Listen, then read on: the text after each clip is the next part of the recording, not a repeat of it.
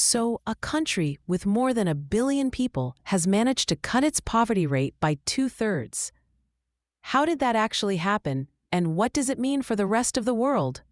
Right. And just to mark the date, it's May 13th, 2025. We're diving into India's major achievement in reducing multidimensional poverty. The numbers are, well, pretty striking. In just 15 years, 415 million people moved out of poverty. That's a drop from over half, 55.1% of people in 2005, to only 16.4% by 2021. What was behind such a big shift? There isn't a single answer, but the foundation is really sustained economic growth. India's economy grew at more than 7% a year, on average, for about 15 years. That created a lot of opportunities. But it wasn't all about GDP. The government also launched targeted welfare programs.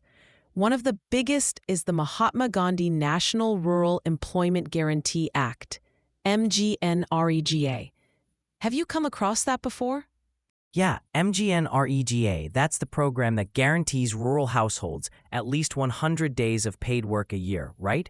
It's especially important in rural areas where poverty has always been a major challenge. But it's not just about jobs, is it? What about health and education? Exactly. It's never been just about income. India's approach targeted several areas at once: health, education, sanitation, basic living standards.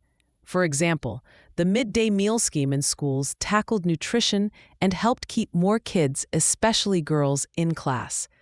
There was also a lot of work to expand access to clean water and toilets in both rural and urban areas.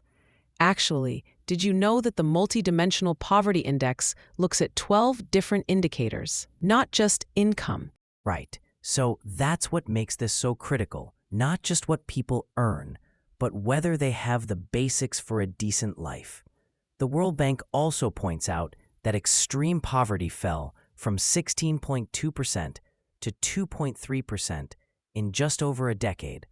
But there's still the rural-urban divide. How did India handle that?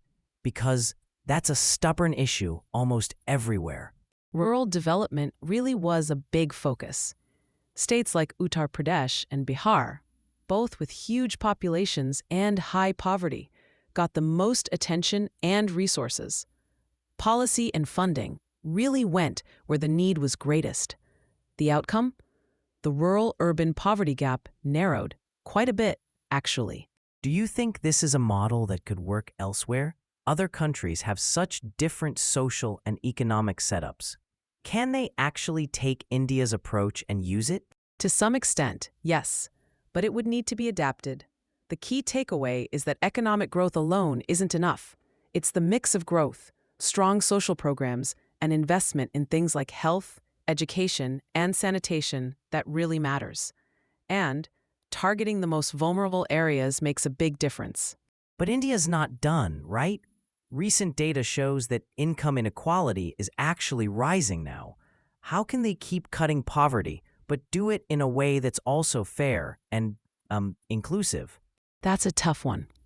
The answer probably lies in strengthening social safety nets, putting more money into good education and healthcare, and creating more jobs and better skills training, especially for young people.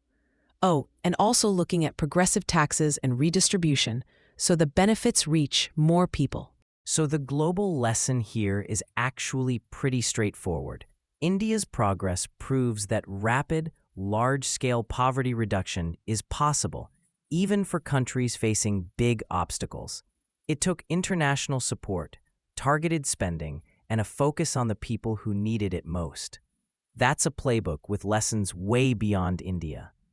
And it's a reminder that just looking at income isn't enough. When we talk about multidimensional poverty, education, health, living standards, we're really talking about changes in real lives, not just statistics. For anyone who wants to dig deeper, today's story is based on reports from the United Nations Development Program, Reader's Digest Canada, and the UN Sustainable Development Goals. There's a lot more detail in those sources. India's achievement is more than just numbers. It's about what's possible when a country tackles poverty from every direction. Thanks so much for joining us. We took a look at how 415 million people moved out of poverty, what made it work, and what other countries can learn. Thanks for listening. See you next time.